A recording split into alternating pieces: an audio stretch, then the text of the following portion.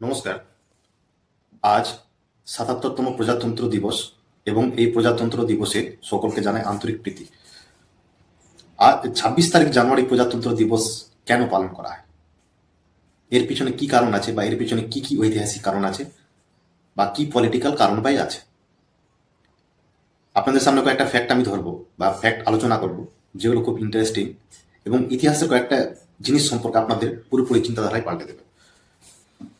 সালটা তখন ১৯২৬, তখন ভারত ব্রিটিশের অধীনে, এবং ১৯২৬ সালে একটা শব্দ মানে একটা ওয়ার্ড খুব প্রচলিত হয়, তার নাম হচ্ছে ডোমিনিয়ন স্ট্যাটাস।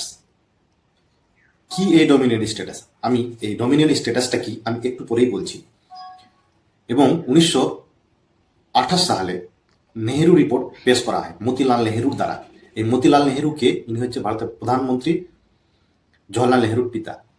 তিনি এই নেহেরু রিপোর্টে বলেন যে আমাদের কমপ্লিট ইন্ডিপেন্ডেন্স চাই না, আমাদের ডোমিনিয়ন স্ট্যাটাস চাই। মানে হচ্ছে আমরা ব্রিটিশের অধীনে থেকেই আমাদের সমস্ত কাজ করব। আপনার বিচার ব্যবস্থা, প্রশাসনিক, প্রতিরক্ষা, প্রায় সমস্ত বিষয় আমাদের কন্ট্রোলেই থাকবে, আমরা সম্পূর্ণভাবে সেটাকে কন্ট্রোল করব, কিন্তু আমাদের দেশটা থাকবে ব্রিটিশের ছত্রছায়া। এটাই হচ্ছে ডোমিনিয়ন স্ট্যাটাস। কিন্তু সে সময় কংগ্রেসেরই দুজন নেতা, সে নেতাজি সুভাষচন্দ্র বসু এবং পণ্ডিত জওহরলাল নেহরু, এই ডোমিনিয়ন স্ট্যাটাসের ব্যাপারটাকে পুরোপুরি অপোজ করেন, বিরোধিতা করেন। তারা বলেন যে আমাদের কমপ্লিট ইন্ডিপেন্ডেন্স চাই, মানে পুরো স্বাধীনতা চাই, ডোমিনিয়ন স্ট্যাটাস চাই না। এই কারণে ১৯২৯ সালে লাহোর অধিবেশনে পণ্ডিত জওহরলাল নেহরু কি করেন, পূর্ণ স্বরাজ বা পূর্ণ স্বাধীনতার ব্যাপারটি আলোচনা করেন, রেজলিউশন পাস করেন। এবং ১৯৩০ সালের ২৬শে জানুয়ারি দিনটাকে পূর্ণ স্বরাজ বা পূর্ণ স্বাধীনতা দিন হিসাবে পালন করেন জাতীয় কংগ্রেসের দ্বারা। এই হচ্ছে ২৬ তারিখ জানুয়ারির গল্প, কিন্তু এখানে কিন্তু শেষ নয়। এরপর সালটা আছে ১৯৪৭ সালে ১৫ই আগস্ট, যে সময় ভারতবর্ষ পূর্ণ স্বাধীনতা লাভ করে। কিন্তু সেই সময় ভারতবর্ষ আদৌ কি পূর্ণ স্বাধীনতা লাভ করেছিল?